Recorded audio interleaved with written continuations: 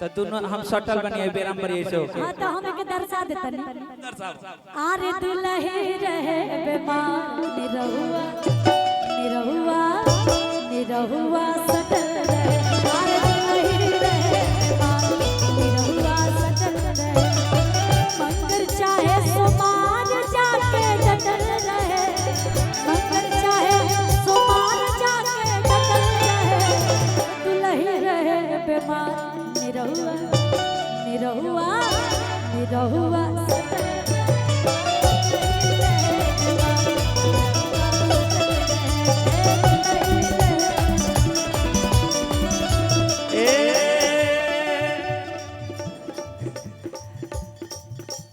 एगो हमरो गांव के पुरान गाना याद पड़त हटे पानी भरे चलेली भौजो कवना भौजो अब पानी भरे चले बड़ी अब घोड़ावा गइले बिछा लाई रे मन धीरे धीरे अब घोड़ावा गइले बिछा लाई रे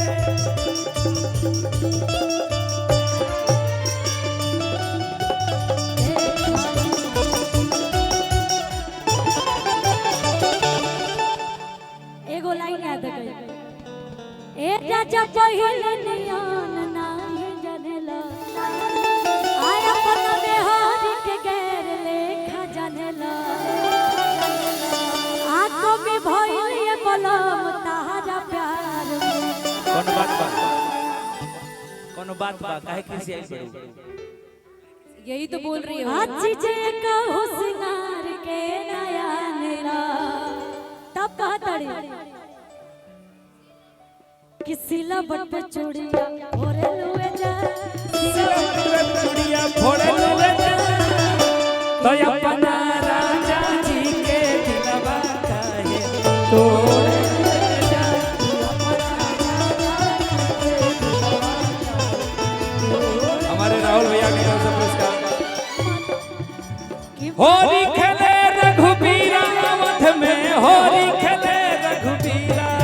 अरे होली खेले रघुबीरा अवध में होली खेले रघुबीरा अवध में होली खेले रघुबीरा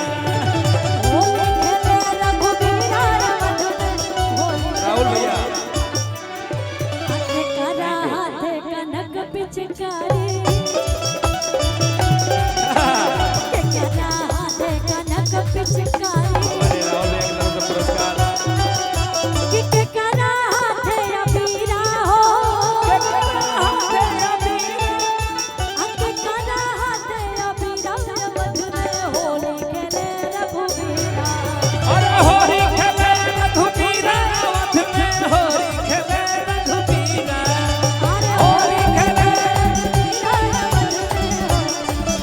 लेकिन भैया भैया पर इतना भोजपुरिया समाज खातिर एगो लाइन कहो कि निकला के मरद भोजपुरिया सखी निकला के मरद भोजपुरिया निकला के मरद भोजपुरिया सखी निकला के मरद खुशी निकला के मरद भोजपुरिया तो जरूर भोजपुरिया मरद निकला गेला लेकिन हई निकला के मरद है मगहिया सखी निकला के मरद है मगहिया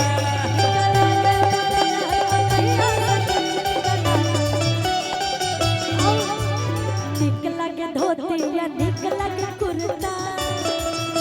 हे, अरे निकला के जींस और निकला के टी-शर्ट कि निकला के सर पे पगड़िया हो अरे निकला के सर पे पगड़िया लागे मरद भोजपुरिया निकला के मरद भोजपुरिया निकला के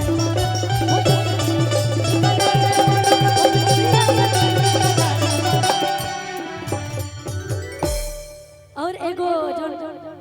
रोशन जी के साथ हमारे गीत आइल बना के ओकर फरमाइश लेकिन उससे पहले हम एक लाइन आपके खातिर कुछ काम आई जो इतना बड़ा बड़ा कलाकार के जो उपस्थित करनी है, सच में इसमें और प्यार बात है कि एगो फोन पे इतना बड़ा बड़ा हस्ती आके खड़ा हो गया और ये प्रेम सने सबके नसीब नहीं के। आदमी कितना बड़ा कलाकार हो जाए, कितना पैसा रुपए आ जाए, लेकिन जो प्यार मोहब्बत बहुत कमे कमा पावेला लोग।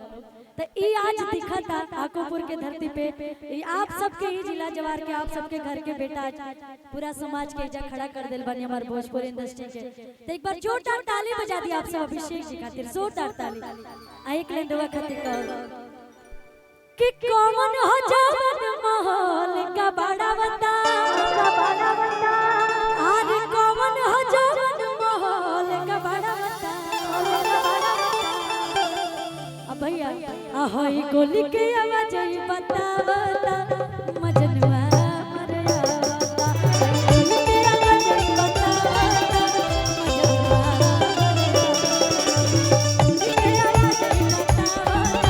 मजनुआ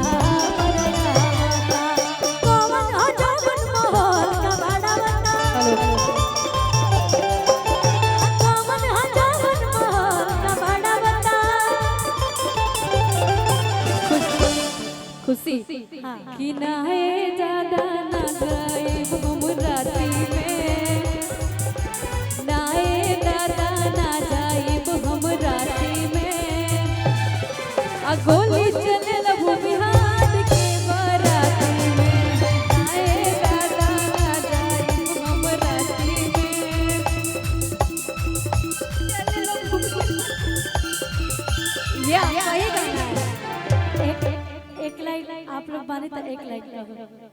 कि पहिन के कनवाले आ लगा के उठला ले, मैं आई हो दिल का करार लूटने,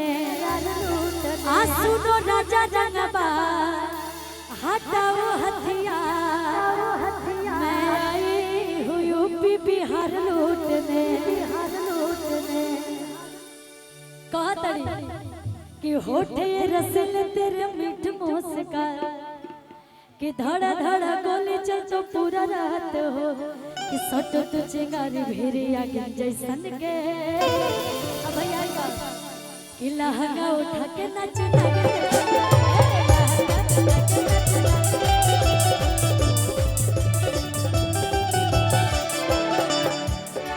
टेंट वाले भैया से अनुरोध है कि 2-4 लाइट और लगवा दीजिए इधर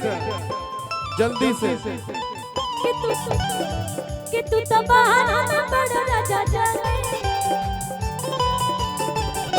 भला ने जवानी बता हमरो, भला ने जवानी हमरो।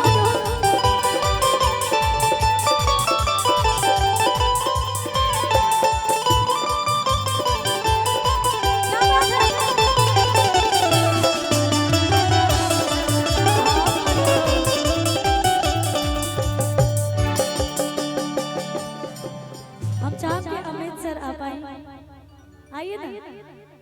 अमित आशिक के लिए एक